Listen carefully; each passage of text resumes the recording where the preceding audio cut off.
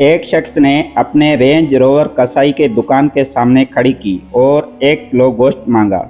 इतने में एक 1980 मॉडल का डाला आकर रुका और उसमें से उतरने वाले ने 5 किलो गोश्त, 3 किलो कलेजी और 2 देसी मुर्गियों का आर्डर दिया।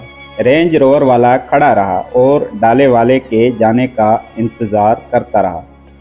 फिर कसाई से पूछा, ये बंदा कौन है और क्या करता है? कसाई ने कहा, ये कोई काम नहीं करता, लेकिन इसने 3 मालदार बीवियों से शादी कर रखी है जिनके शौहर बहुत अमीर थे और बहुत माल छोड़कर फौत हुए।